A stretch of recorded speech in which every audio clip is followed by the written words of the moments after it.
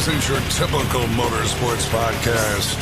You're listening to Crush This, a monster truck podcast presented by High Octane Coffee and J Concepts. A show where we take you inside the minds of your favorite drivers, past and present, of the monster truck industry.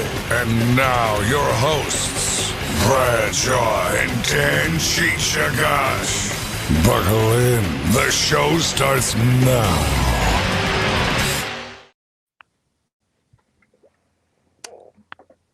How's it going, folks? It's Curtis, a Monster Truck Podcast. I'm here in West Virginia right now. A little bit of lag and delay going on. Happy holidays, guys. How's it going? Right now, I'm doing two different things right now. I'm using my cell phone. Can you guys hear everything good? No strut noises or anything like that. Feedback must help out and everything. But once again, I want to thank High Octane Coffee, J Concepts, Back Channel Productions, 6B Apparel. Remember, $100 for our crew shirts. The crew shirts. The retro and the OG. Just contact us, me or Brad, and we'll get that done through 6B. They're legit. They're real. 6B helps us out. New things coming up in the future. Looks like we'll probably get some hats made. So that's going to be cool from 6B. So look out for that one. Decals are coming in. So that'd be all right. Can't wait for that. Also, we got, once again, Mari Garza's Monster Truck Technology book. Take a look at that one. JB Scale Graphics for all your RC monster truck needs, from Bigfoot all the way to Obsessed. You can get your decals from him too. And also Bradley Shaw Designs. He does designs for the Renegade Monster Truck Tour, and also he made the Bigfoot Bad Boy 3. Just wanted to do a brief thing. Yesterday I went to Delaware, dropped some stuff off to Zane 2. Visit his shop over there in Camden, Delaware, which is a pretty cool. I like the area, pretty cool area in general. I had to flip it around. My bad. I actually liked it. Nice, quiet, kind of reminded me back home in West Virginia. And then me and Zane went about 40 minutes south to the middle shop, and that was a cool experience just to see that area in general. Awesome place, top notch. Not gonna lie, they basically can build a monster truck for you there. They can order the parts there and order everything you need. So they got everything going on there. So I came back home later last night. So a beautiful place. Got some Maryland crab cakes. So I killed those on Friday. My dad's birthday is next week, so be cool to see that too. But so this is we're gonna have Aaron on. Aaron was the driver, worked for Rick Rab, the anger management, drove other trucks also. Gosh, I can't name a few. Crazy Train. He was one of the main guys that's driving the Crazy Train truck and a couple of Jimmy Creedon trucks. We're gonna have him on here in a couple seconds. Just wanted to let everyone know I'm in West Virginia right now. Happy holidays. Thursday, Happy New Year. There's a lot of stuff going on, guys. We're getting ready to get some truck shows going on this weekend too. A couple shows, I believe that's going to be happening. Buckshot posted that on their Facebook. So we're first quarter trying to get everything going on, and it's going to be, I think it would be awesome. We got some awesome guests going to be showing up in the beginning of the year. Can't wait to get those people on. It's going to be pretty exciting for that too. So while we're at it, the cats can come in, Dad. You have to ask that in public. Anyway, the thing is Aaron was supposed to be on about a couple weeks ago. There was a big snowstorm, so we had to flip So this week was actually supposed to be the RC one, but we flipped it. So this week we got Aaron on, and we're gonna have him on right now. So here he is, Aaron Cromer. How's it going, Aaron? Hey, Cheech, what's going on, man? Can you hear pretty good? Yeah, can you hear me? You're cutting in and out. You have any earphones? Not Let's see here with here. me. Can you hear me now? Wait. There we go. You hear me? Give me a test right there. I can hear you a little bit better. You got me now? Yeah, I hear you now. All right. Sorry about that. It's just last second throw underneath the rug on me here by our co-host. He was a little bit under the weather, which we can't control. But let's start from the beginning. How did you get started in the monster truck world? Well, I wanted to drive monster trucks since I was 5 years old. My parents would take me to shows. I'm from Pennsylvania, so we would go to shows at like Bridgeport Speedway in New Jersey. We would go to Bloomsburg every year, the Philadelphia Spectrum. Um, so they kind of fed my addiction a little bit. So I just kind of always had the dream. Never knew it was actually going to happen or not. And then in my late teen years, I started a website. It was called monsterworldonline.com. And I started going to some shows by myself and taking pictures and writing some stories and meeting anybody I can meet because it's half and half. You got to know some stuff, but you gotta kind of know people and get some connections to get in. So meeting people at shows is a big thing. I was actually getting ready to give up. I couldn't get any connections when I first started, and when I first moved to Pennsylvania, down the street from me, actually, I became friends with Billy Easterly. And if anybody knows anybody in Feld, Bill Easterly, his dad is one of the head higher ups there, and so they had moved away to Illinois. You know, when I was still young, but I tried to keep in touch. So I hadn't talked to them in years. We were getting ready to go to Philadelphia Spectrum in '03.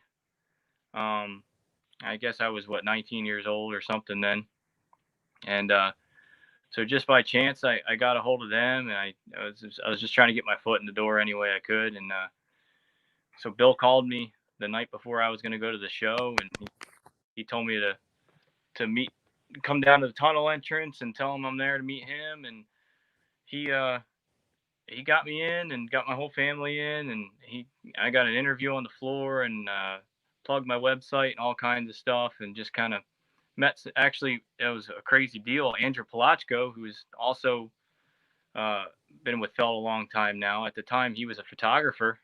He was still in college, and I was sitting in the press box, and I had talked to Andrew online a lot. Never met him, and I'm sitting there next to him, and he looks over. He's like, "Are you Aaron?" And I'm like, "Yeah." He goes, he introduced himself, and we got to talking during the show, and show was over in Philly, and he goes, "You want to go to Pontiac, Michigan with me next month?" And I said, "Yeah, yeah." So took him up on that offer, and I rode out there with him and met more people out there, and just kind of a thing that kept going for a while.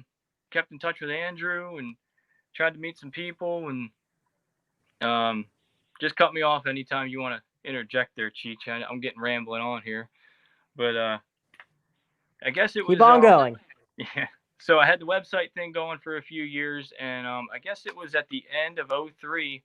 Carl Van Horn was coming onto the scene as a good young driver, and he started his own little website at the time. It was like carlvanhorn.com or .net or something like that, and he was looking for some help with his website, and I'm like, man, this is, it was the year he drove. Well, I think it was the year he was driving Spider-Man and took out Mintz down there in Tampa. So like he was like big time kind of, and I got a voicemail after work, and it was Carl calling me back, and I was like, man, this Carl Van Horn guy's left me a voicemail. I'm pretty excited about that. So talked to Carl a bunch, and he had left Feld. He was going to drive for Randy Brown for the '04 season. He was going to drive Pure Adrenaline for Randy, in '04. And so here I am. I'm trying to get my foot in the door. I went down there to Hampton, Virginia at the end of '03. Randy was doing a show down there. So I went down there and I hung out with them. I met Randy. I was kind of like, I didn't know nothing, but I was like looking for an opportunity. So I was like, you need a crew guy for '04? And we got to talking. Randy called me back a few weeks later and he goes, yeah, if you want to try something, we can try something. And so I took him up on it. I packed up. I moved down there. Didn't have a place. I was kind of staying in Randy's motorhome in the shop. And we did. We went to Raleigh, North Carolina first weekend, and I didn't know nothing about crewing on a monster truck. So that's for all you guys that want to be on a monster truck team. I know you know, Cheech. It's not. You know nothing. You think you know, but you don't know, and it's real overwhelming, especially for a guy like me. I never put tires on a monster truck before, and I was stupid enough to take a job on a gravedigger team. And so we got down there to Raleigh, and then luckily they brought another crew guy at the time to help out. But we did Raleigh weekend. I think it was a 3 show weekend. I don't know what it was, but at the end of the weekend, I had to be honest with Randy, and I wasn't ready for it. And Randy appreciated my honesty, and I appreciated Randy trying to give me the chance, and I let him down. And I always felt bad that Carl stuck his neck out there for me and got me that gig. But you got to be honest with yourself sometimes and take a step back, and that's what I had to do. So I went home and I thought about it for a while, and I kept my contacts. And then in '05, I had heard of Rick Rabb. He's from Pennsylvania too. Actually, a girl I was dating at the time, her friend was Rick's niece, I believe, and I they're like, you know him? And I'm like, yeah, I've heard of, I've seen him. Actually, I saw him in Philly in '03 when I was there, and I knew of him. And here he wasn't too far from me, so I got a hold of him on the computer somehow one time, and he gave me his number. Called him up. We got to talking. He was actually looking for some help with his ride truck at the time. But while we were talking, he was getting ready to go to Pontiac at the beginning of '05, and he asked me if I wanted to go. So I went there with them. And then a couple weeks later, I went to Rockford, Illinois with them. And that worked out better for me. It was a little more my pace. I was learning things as I went. I went down to Rick's shop a couple weeks before we went to Pontiac and met him and hung out with him. And so I did a couple of shows with them in the winter of '05. And in the summer of '05, we did a summer show, and they took the ride truck, and I drove Rick's ride truck for him there. And then in October, he's got a deal at a farm. Every Halloween, he does his Monster Hearse at a farm in near Philly here in Pennsylvania, and I've done that for him for the last 15 years. So in '05, that was my first year doing that for him.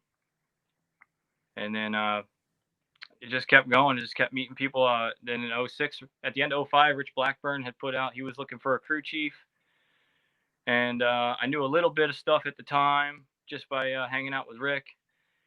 And so I said, Richie, I said, I'm kind of interested in that gig. And he called me up. He said I could take that job. So I went with Rich in '06. We did the full Checkered Flag Productions tour.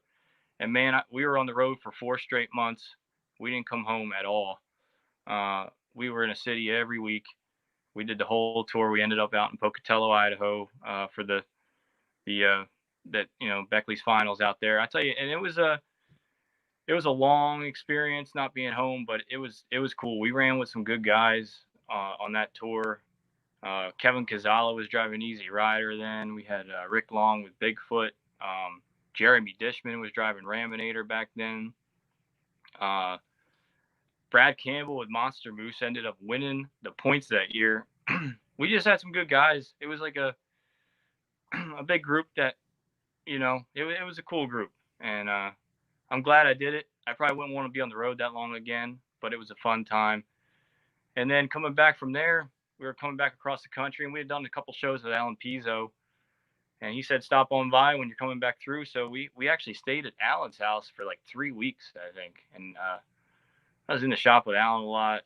Another guy I learned a lot of stuff from in a short amount of time. I mean, Alan's been doing it forever and ever. and then we got to Trenton, New Jersey. That was the last show of our tour. Alan was there, and we tore up some stuff. Helped Alan fix it too, and that was a good show. And then I was still with Richie. Started out summer '06, and we did a show out in Ohio for Jack Brady, and Joe Sylvester was there watching. He had not yet started. He had just bought the old Tidden Tesmer truck, and Joe was there hanging out, meeting some people, and he was hanging out with us, and we tore up some stuff, and it was a little show, but we tore up, we broke a ring and pinion in the back end and some brake parts, and Joe's like, well, my shop's an hour from here, so if you guys want to use it. So I was like, that's cool. So Joe was awesome. We used the shop. He ran us around town, getting parts, this and that. And that's how I met Joe. And I've known Joe ever since. I've helped him out a couple times. I always talk to him. I always support him. Joe's awesome. I got his high octane on right here. But then when we were at Joe's shop working on the truck, we were getting ready to go back out to Wyoming and Montana again. And I kind of started thinking about it. A couple of times in my career, I had to step back and kind of think. And so I went to Richie and I said, man, I don't know if I want to go back on the road like we were.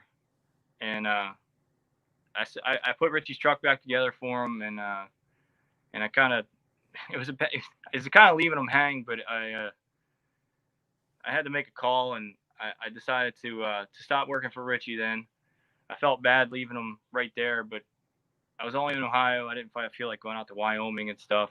I wanted to be home a little bit more. I probably should have told him before we started the summer tour, but I really, really appreciated Richie giving me that crew chief opportunity. We had a really, really good '06 season. I think we finished third or fourth in points that year. Man, that truck held together good that year. We just had a good time. So then I stayed in Ohio for an extra day. I helped Joe with his first deal, his first freestyle at Yankee Lake Truck Night there. That was a good time. Then I came on home and with no job. I was working for Richie full time. So I come home and I need a job, right? So, well, I knew Rick Rabb from before, and he's got a well drilling business here. He's about a half hour south of me. So I called him up and I said, kind of in a pinch here. I need a job. Are you looking for any help with your well drilling business? And he said, yeah, if you want to show up tomorrow and see what we do. So I went there, and after a week, he asked me if I wanted to stick around, and I said, yeah. And he goes, I need your work, and I can't have you going to shows every weekend with us. And I said, I understand that. And to be honest with you, at this time here, I don't even know if I'm ever going to drive. I'm thinking probably not. So I'm pretty cool with having a job and getting to mess around with the trucks every now and then and go to some shows and hang out. So I'm about a month into working for Rick, and he comes out back and asks me to go to a show up in New York with him, and Scott Poirier was driving Anger Management at the time. I don't know if anybody knows Scott Poirier, but he lives up in New Hampshire. He was a Monster Jam tech before he was a driver. He's a good dude. So I ended up going with them every weekend pretty much. 2-truck team and crewing for them. It was a cool deal for a while, and man, Rick Rabb, if anybody's seen Rick drive, they can tear up some stuff. So I learned a lot of stuff from Rick, man. Rick's an awesome fabricator. He built both the chassis that they had, and I've seen Rick fix so much stuff in such a short amount of time. It's unbelievable. I mean, we were always down to the wire making shows, but I mean, he was not easy on his trucks, and but awesome guy. Sleepless nights. I don't know how he kept going, but so I guess we'll fast forward to in 07. I was crewing for him still in 07, and a couple summer shows. Scott was he wanted to stay home, and there was little fair shows and whatnot. Bob Robbins was doing a show up in New York, and Scott told our owner Dan to maybe let Aaron do that one, and I said, that's cool. So I did a couple little fairs in 07, getting some seat time, which was cool. It's definitely a whole different animal when you're strapped inside a truck than watching it from the outside. But so I got a little time under me, and then it was a shocker. at the end of '07, we were getting ready to go up to Montreal for the Chris Orell show, and Rick's talking to me in the shop, and he said that Scott was gonna step away from monster trucks, and he was gonna stay up at home and get a job doing something else. And they asked me if I wanted to take over driving anger management, and so I said absolutely. That was cool. And so Montreal was like a half deal. I did racing, and Scott Poirier did his last freestyle, which was a hell of a freestyle he did. He aired it out, tore the body off the truck, and he left in style for sure. And then so after that, I guess it was mine. We got the trucks ready to go for '08, and I started driving in '08 at Rochester, New York Monster Jam was my first full show as a driver, and I guess that starts my driving career. I don't know if you want me to stop or keep on going. We don't have that many people that know their longevity of their timeline. Guys go. It was cool, and then they don't tell anything detail. We have a lot of people that like going in detail, so we're going pretty good. And let's go. Let's continue on there, bud. Let's go. How was your driving career? And let continue on until the end of you could say the end of the Rick Rab chapter. And how did you get yourself in the other seats of the truck like Crazy Train? All right, yeah. So we did a whole '08. We did a full Monster Jam schedule in '08. We had an up and down year. We had Rick always does good in small arenas. I did decent. It was a learning curve, and we had some engine trouble now and then, stuff like that we were getting through. But the back end of the first quarter, we were laying it down pretty good, both of us. And it was a decent first season, and then had some summer shows in summer '08. I think I got my first race and win summer of '08. I think it was one of the shows that our owner was putting on himself up in New Hampshire at a fair, and I wasn't even supposed to be running. It was just Rick's truck. Rick had some motor problems all weekend, and then he ended up cracking the cradle of his chassis on Saturday Night Freestyle, and he basically said, instead of fixing this one, let's drag the other one out and have Aaron do the Sunday show. So that was I had supposedly a motor that was thrown together with junk spare parts, and Jeremy Slifko was there.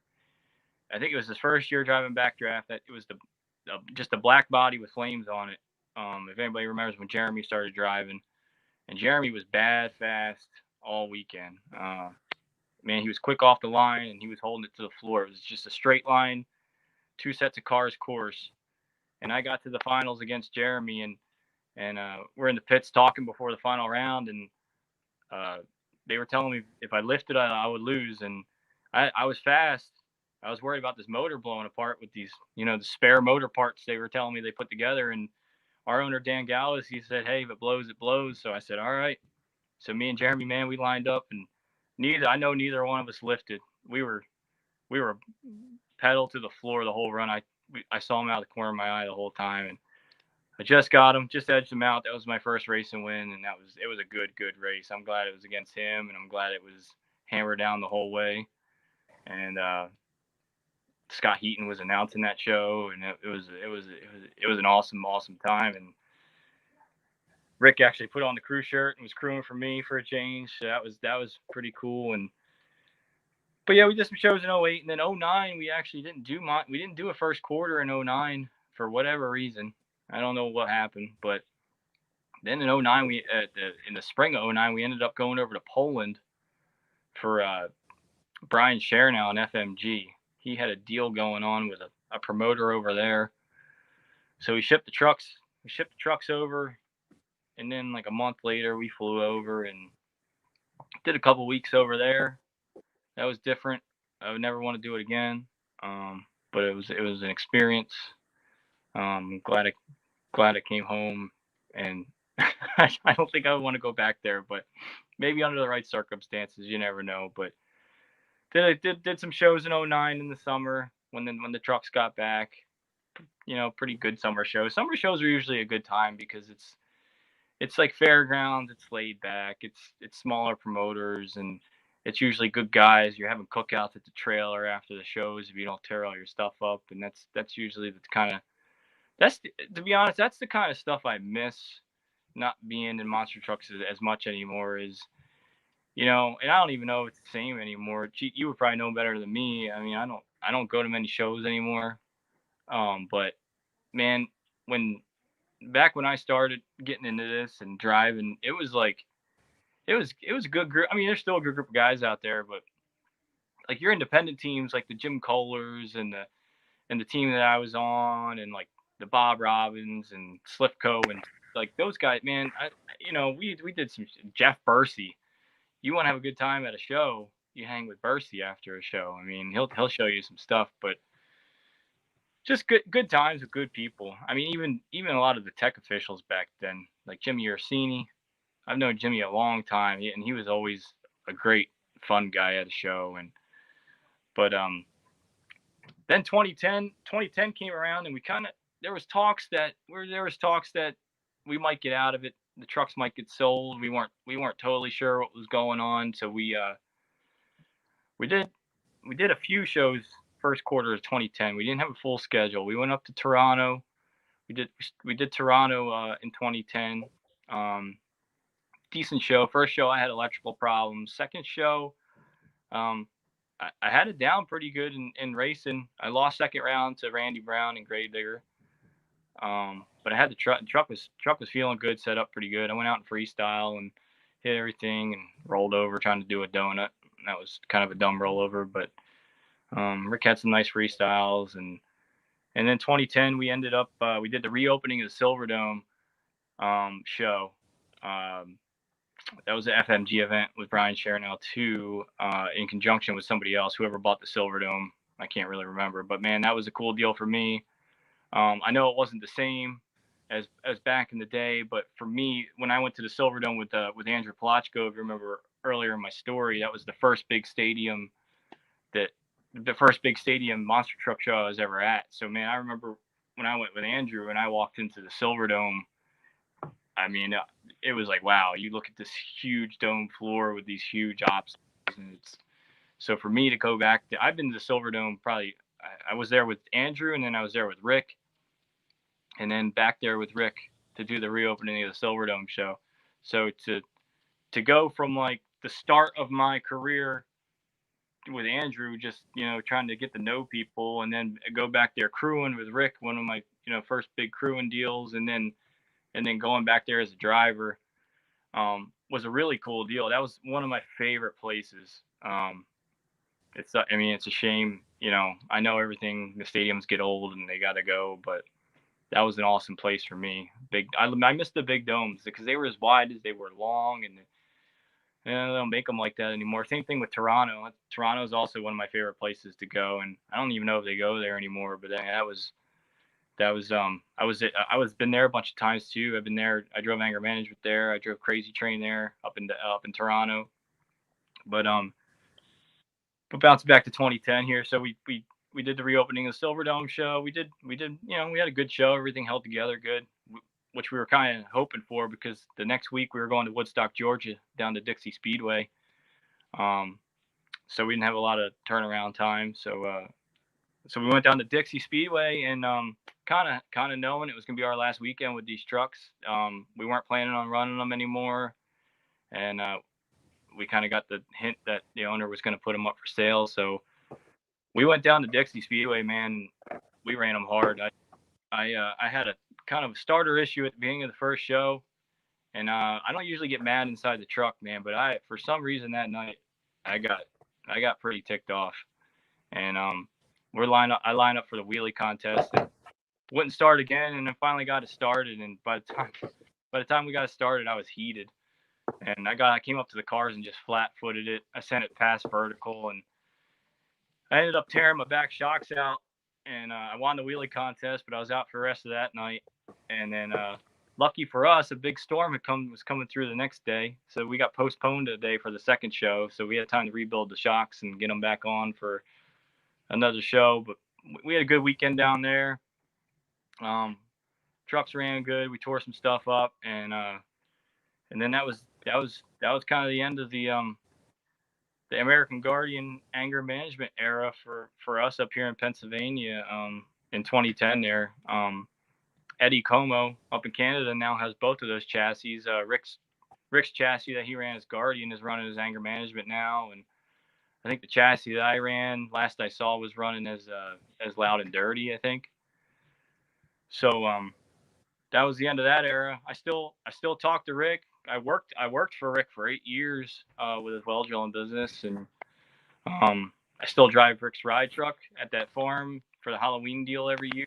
Didn't do it this year because of COVID, and I don't know how much longer he's going to want to do that deal. But we still do it. And Rick's a great guy, great family. I tell you what, he's helped me out a bunch personally and with the monster truck stuff. And I really believe if I met Rick Rabb that I probably wouldn't have got to drive a monster truck. Right on. Yeah, I hear it on that. But so, how did you get with the crazy Bob Robinson Crazy Train?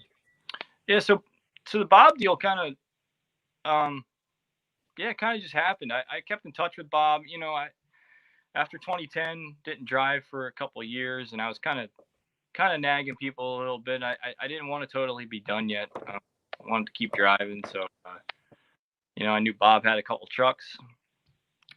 Knew he had drivers kind of switch going in and out sometimes. I think Mark Noto was driving Crazy Train for a few years, so I always kept in Bob's ear. I kind of annoyed him a little bit, probably, but I just knew Bob from my first year driving in 08. We did a few shows with him first quarter, and then we did some shows in the summer that our owner put on, and he hired Bob. And Bob was always a good guy. We helped each other out at the shows, and so at the end of 12, I'm talking to Bob a little bit, and we started talking a little more serious about it. And I guess Mark Noto wasn't going to come back and drive for Bob, and I guess Bob's brother Pete, if anybody knows Pete Robbins, he drove. He would fill in for Bob sometimes in Aftershock, and then I actually did it. I was at a couple of shows with Pete. Pete was a good guy too, and Pete. So coming at the end of 2012, he's making plans for 2013, and Pete Robbins was going to drive Crazy Train, pretty full time, pretty much, and he asked me. Bob asked me if he needed somebody for like 1 or 2 shows, would I be interested?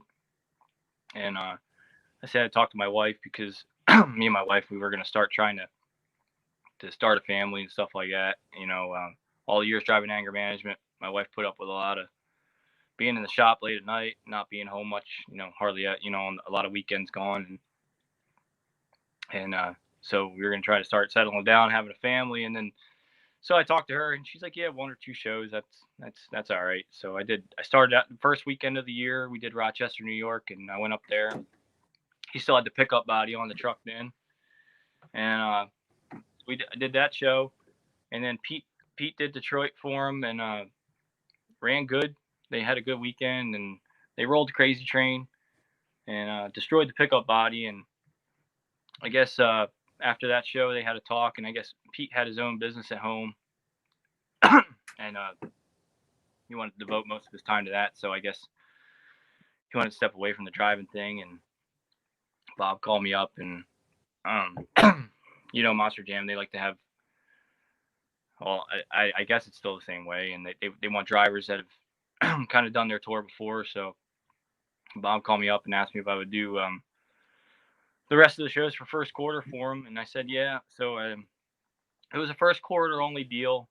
I didn't plan on doing as many shows as I had done with him. I think I did 6 shows for him in 2013, and a few of them were up in Canada, and we did that Maple Leaf tour with John Zimmer was driving Gravedigger that year, and Camp McQueen with Northern Nightmare.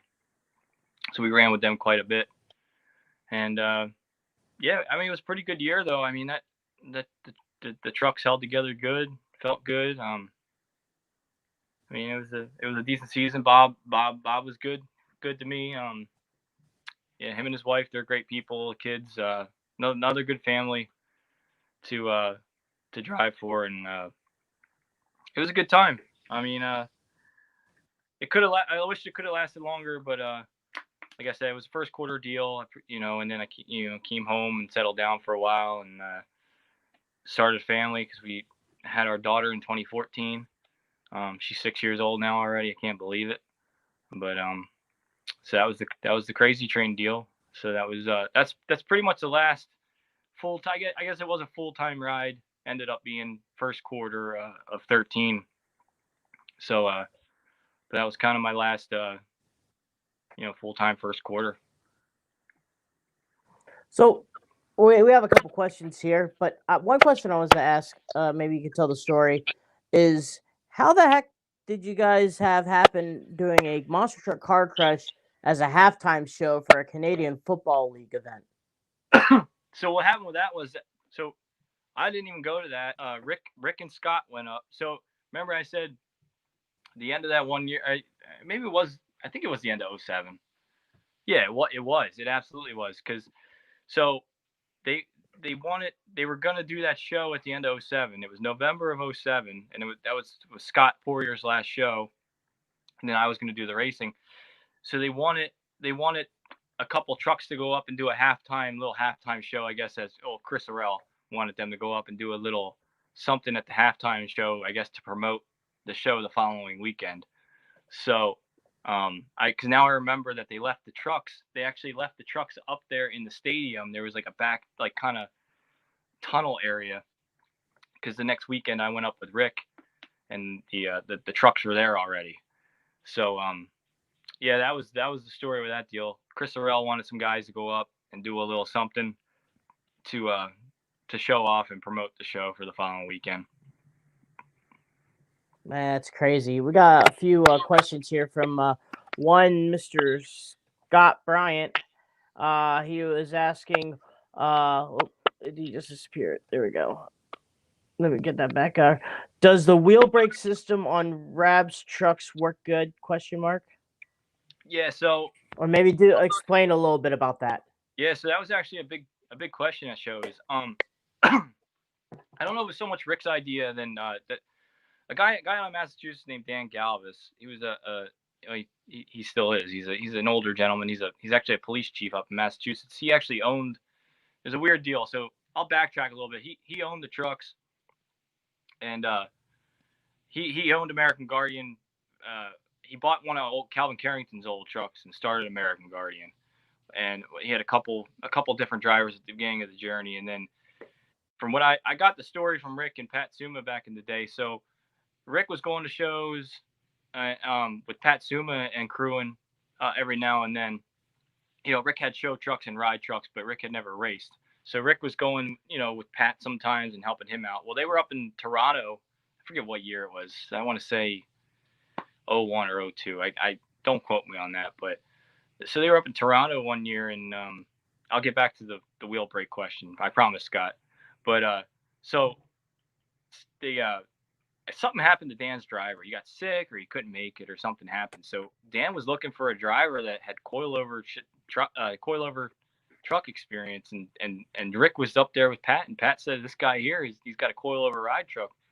So they said, "All right." So Dan threw Rick in the truck, and I think he might have won freestyle. I think that his first ever show up there in Toronto, something crazy.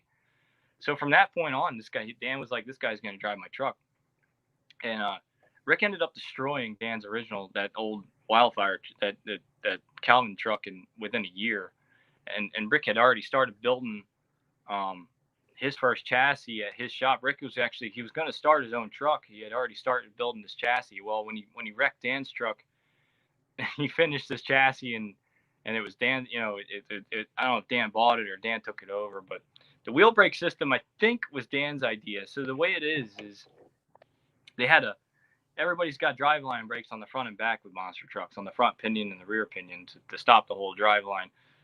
Well, for some reason, and I don't know if I liked it or not. I kind of liked the pinion brakes on the front and back, but he had a rotor in the center, right in the cradle of the truck, and it had two calipers on it. and then he had a one on each front wheel. He had a brake. His thought was if the main brakes failed, you still had somewhat of a braking system up front to at least slow it down some still. But I think the pinion brakes work better. I've driven both styles now, and to me, I mean the front and rear pinion brakes, they lock them up quicker, and they stop faster. I know the thought behind it. If that main driveline brake fails, to have a wheel brake to slow it down. But man, it's hard to slow down that much weight on that speed with them. But that's all that was, pretty much, just a different kind of design with a kind of a backup plan. So all the chassis from the anger management you drove and Rick's were all built by Rick over there at his shop, correct? Yep.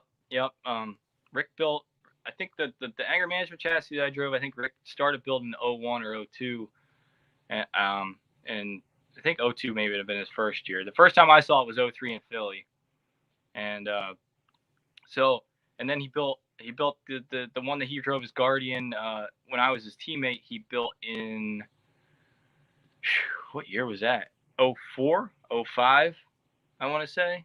They had it ready for the 05 season. So both of those trucks got a lot of years on them and a lot of wrecks, and they're still going, and they're still pretty competitive.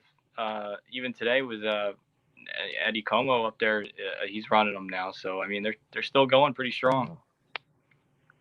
Now, Eddie now has a Hemi in his anger management. Was that the same motor that Rick and them drove? You and Rick drove, or?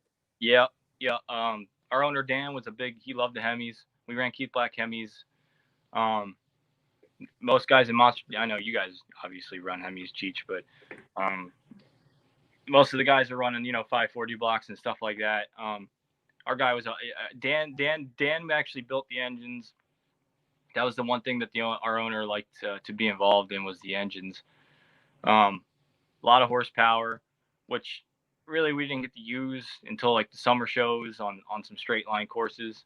But I like the power. I didn't like running valves all the time, but who knows? You have your good and bad with everything, I guess. We had the power. We had our fair share of ups and downs with the motors, but the power was definitely there with the Hemis. Well, you just answered a lot of people's questions, because I think a lot of people thought you guys were running big block Chevys without the Hemis, so that's pretty cool to know. Yep, we always had Keith Black Hemis in those trucks. Nothing else. We got a little bit more. A lot of the guys are asking, out of all the trucks that you drove, which one was your favorite Bounty to Hunter. drive? Bounty Hunter. I loved anger management. I mean, because that was kind of like what it was in Rick's shop all the time, and basically with anger management, our owner was pretty lenient. I mean, we basically ran him as hard as we wanted to work on him. But I always knew Rick was going to run super hard, so I knew we were going to have hours in the shop. With that, so that's kind of what you accept in a 2-truck team, an independent team like that. Rick was obviously he was one of the craziest guys at shows as far as freestyle goes. So Rick was the main driver in the team. Rick built the stuff. Rick did most of the work. Rick was the number one. So Rick could go out there and tear it up, man. And I would go out. Trust me, he wanted me to look good too. I mean, Rick was always pushing me to push it harder and harder. And but at the end of the day, you don't want to. You got to look at it as a team standpoint and a money standpoint, and you don't want to cost the owner a lot of money. You don't want to break a lot of parts. If you roll over, that's just kind of cosmetic. And Rick was good at fiberglass too, luckily, and I was trying to get good at fiberglass, man. But fiberglass work is not fun. But yeah, you got to kind of let the main guy do his thing, and then you kind of know your role. as a number two. But that bounty, when I did a couple of shows for the Cretans in 2016. It was kind of weird the way it happened. I'll get into that story a little bit, I guess. Tim DeSantis was running the mullet. Was running the B team for Jimmy Cretin in the summer of 16. I guess he took it over after Trent Montgomery was running it for a while, and I guess when Trent left, Mullet was there, and he started running the B team. And that summer, for some reason, they didn't have a solid fourth driver. I guess they didn't have a fourth driver. So I know Matt Cody, they were bouncing him around. He was doing his shows with Botters, and in between he was like they were flying him, and he was traveling with Mullet, and he was meeting him at shows. And so Matt Cody was bouncing back and forth, filling in the second Bounty Hunter and his stuff in Iron Warrior. And so I'm sure I had done some shows with Mullet over the years when he was with Max D or Sudden Impact, but I don't ever really remember talking to him in person. But we stayed in touch, online and stuff, and we got chatting a little bit. And here he called me on a Friday night, and he said, "What are you doing next weekend?" And I said, "Nothing, I don't think." And he said, "I need a driver up near Buffalo, New York next weekend if you're interested." And I said, "Yeah, sure." So I had talked years ago. I had talked to Bobo Ben Winslow when he was with when he drove Bounty Hunter for Jimmy. This was after Darren left, I think, when Bobo was driving Bounty Hunter, and Bobo was trying to get me in there a little bit, and Dawn knew me, but Jimmy I never really ever talked to Jimmy. Jimmy's always too, Jimmy's not on any social media. Jimmy's like busy. So, but I told Bobo, he was trying to get me in. I'm like, I know Jimmy, his guys are always on the road. I mean, a lot of traveling, a lot of on the road. You're never home kind of deal. And I said, I'm not really down for that. So then fast forward to 16, and Mullet's looking for a driver, and Jimmy still didn't really know who I was, but Dawn knew who I was. And I guess Mullet talked to Jimmy and said, well, we need a driver. So I went up to New York, and I did Mullet pretty much asked me what truck I wanted to drive. And Mullet said, well, Mullet wanted to stay in the old Iron Outlaw. And it was the old chassis, and he liked it for some reason. So I said, all right, that's cool. So I was driving that CRD chassis Bounty Hunter, and it was nice. It was totally different from any other truck I drove.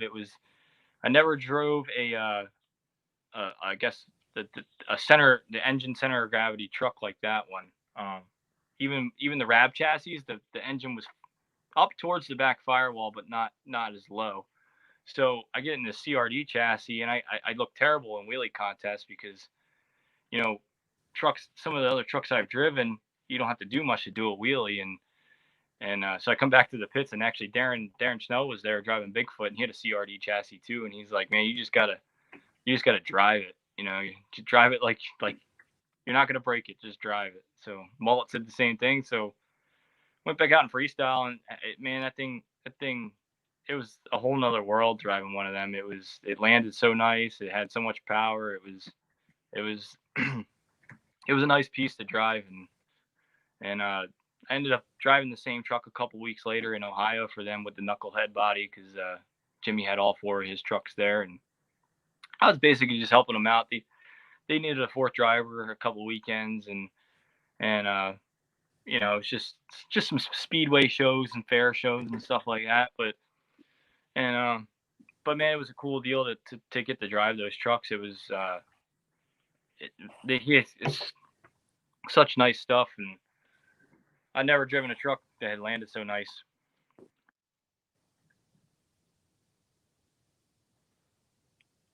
Nice. Can you tell people what you've been doing now?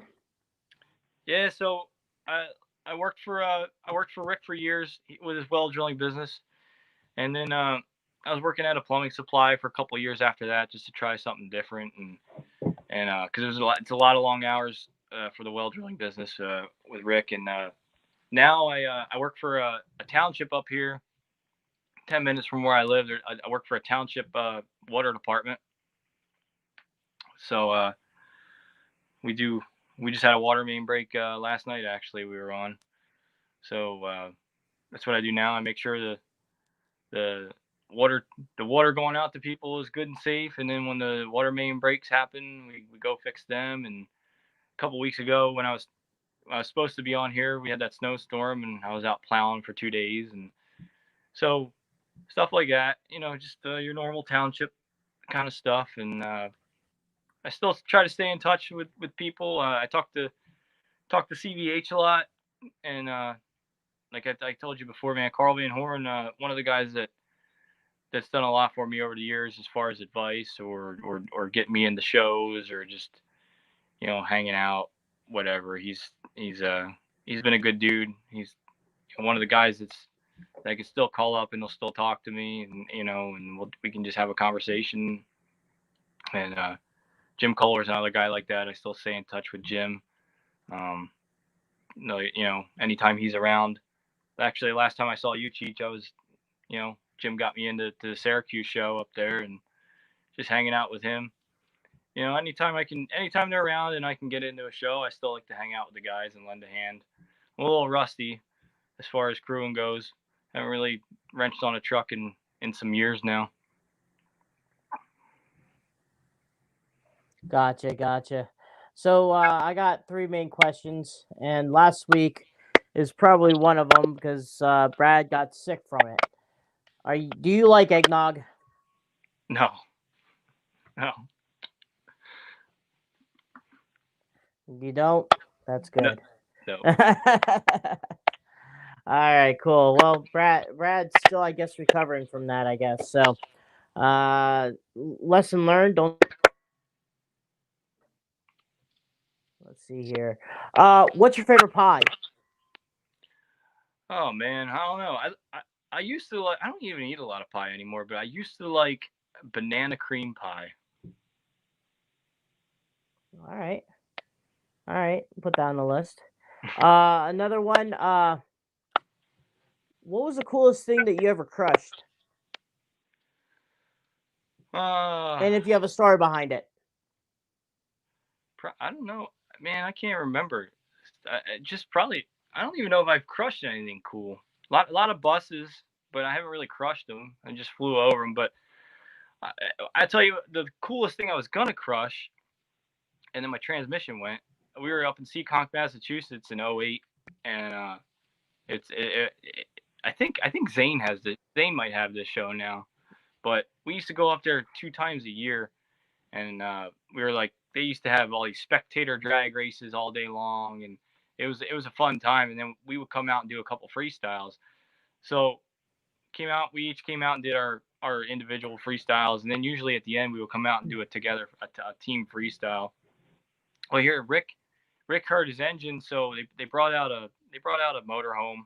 They just put it down in the infield, and they told me to just go hit it, run through it, whatever happens. So here I pull onto the track and hit it into second gear, and nothing like that. The engine skyrocketed, and so I didn't even get to hit it, man. But if I could have even had reverse, I would have backed into it.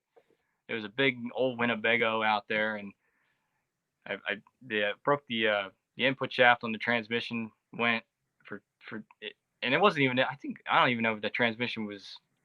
We had just put that engine in the truck. I think the transmission was pretty new. I don't know what happened, but man, that was a frustrating night. When Rick had the engine problem, and then the transmission went as soon as I came onto the track. So, but that would have been pretty cool to bulldoze through. I can't really remember, man. What about any of the Chris Irell shows? I know they had to have some stuff there. Yeah, I mean, I'm trying to remember that 07 Chris Irell show. I think that was the last one we were at. He might have had a boat out there. I know he had a massive like box truck stack that they're flying over, and actually Rick tripped up on it and ended up breaking a front housing on it. But yeah, Chris Irell shows, man, crazy. I mean, he would have bus stacks every which way. He would have some boats out there. He would have all kinds of stuff out there. Chris Irell shows, if anybody's ever been to one, it's like nonstop action. You got monster trucks right into something else, right into monster trucks, right. I mean, I remember I think he had jet skis doing flips out there or something like that. It was crazy. Not jet skis. And the crazy Snowmobile. thing is, it's just not a small lineup either. It's a big lineup at Chris Harrell show, and you guys were one of the main stars of that with Vodders and Kohler and Creedon. Normally, they would like to see you guys there. If you guys weren't there, then there was something wrong. Yeah, it was for years and years. It was kind of the same core group of guys. Yeah, definitely. It was always the Vodders trucks. It was always our trucks, the Kohler trucks, and the Creighton trucks, like you said. And then, yeah, and then I know Joe with Bad Habit. He's been he was up there a few times. Man, I tell you what, if you go to a Chris Orell show, you're usually coming home broke because it's a big stadium, but it goes from dirt to concrete. So if you're skying that stuff out, you're landing on the concrete, and it's pretty not forgiving. I remember the one show, he ended up going straight up and down. He pogoed on the back. He broke the back shock towers right off the truck, and I just told you in that last one in '07 there, he broke a front a front housing out of it there. Um, yeah, those shows they're big stuff, and they're hard on the trucks. Dang. Man, if anything you want to say, thank you to any of the fans. Dan Delfaco was saying Cromer, and then he said you gotta love eggnog, but we'll just leave that a comment alone. But Dan, I know Dan's pretty popular in the RC world, so that's pretty cool that he's on. But thank you for watching, Dan. Yeah, Dan, I've known Dan long time. We used to race Monster Truck Madness 2 online back in the day. And then we met up at Bloomsburg a couple times. He used to go up to Orange County Speedway up in Middletown, New York. We did some shows up there. There's a bunch of guys I kept in contact. I tell you what, when I had my website, nobody's probably gonna believe this because this guy's such a big deal now. But when I had MonsterWorldOnline.com back in the day, which a lot of people helped me with, including Andrew Palachko. I don't want to forget to mention that Andrew he helped me out a lot with that website, steering me in the right direction, doing some designs for me and stuff like that. But Cody Saucier, man, Cody Saucier helped out Tekken and stuff like that back in the day down in the Houston and New Orleans area because he's from down there. But Cody was one of the first guys to help me out taking pictures for my website and sending me some pictures. And another guy, Adam Connell, who's done some announcing and stuff like that. There's a lot of guys that over the years I don't talk to as much as I used to, and Cody's gone on to be an awesome guy, awesome mechanic, awesome driver. Cody's kind of your can do it all from the ground up guy. But a lot of the people I mentioned through my storyline, I really don't want them I want them to know that I really appreciate anybody that's helped me along the way, anybody that's given me an opportunity, a job, even if it was just to come hang out for a weekend and learn some stuff. Like I said, when I started my first gig, I didn't even know how to put tires on the truck, and I know it's a lot of who you know, but when you get there, man, you got to learn quick because if you don't, you're not gonna be around long. I mean, I know it's all about having connections, but like I said, Randy Brown, Carl Van Horn, Rick Rabb, Rich Blackburn, Andrew Palachko, all those guys that had some kind of hand in every which way getting me involved in monster trucks. I know it's kind of one of those things I grew out of as life went on, but man, like I said, I wanted to do it since I was 5 years old, and to actually get there and get to do it was pretty cool.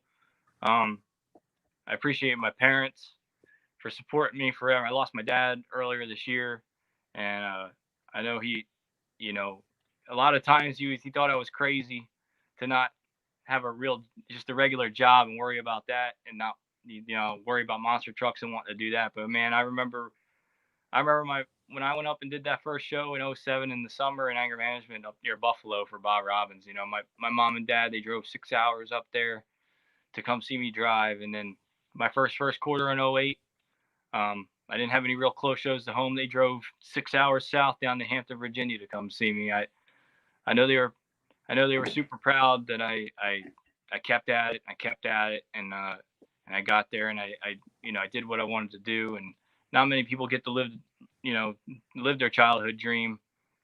It's a lot different these days. Um, it's a lot of corporate company stuff. There's not as many independent teams, and if there are independent teams, they usually got full-time guys booked up and waiting to drive, and it's really really hard. But man, you just gotta keep trying. You just gotta keep knocking down doors and seeing if people will give you a chance. Right on, right on. Man, thank you for coming on. Thank you for telling your story. And thank you for asking some questions, man. It's pretty awesome having you on. All right, man. I appreciate it, guys. Hey, no problem. That is Aaron Cromer. Guys, next week I'll tell you who's on next week. Could be anyone, but once again, want to thank High Octane Coffee, J Concepts, Back Channel Productions, 6B Apparel. Once again, our crew shirts are $100 a pop. The new wave, they look like the '80s, and then you got the OG one that has the motor and stuff like that, which I gave my dad for Christmas. So, yep. Also, want to thank JB Scale Graphics and Bradley Saul Designs with Marty Garza's Monster Trick book. But guys, next week we'll have a guest on, and then we will have Brad back on also. So, like he says, keep the shiny side up and the rubber side down. So, have a good night, guys.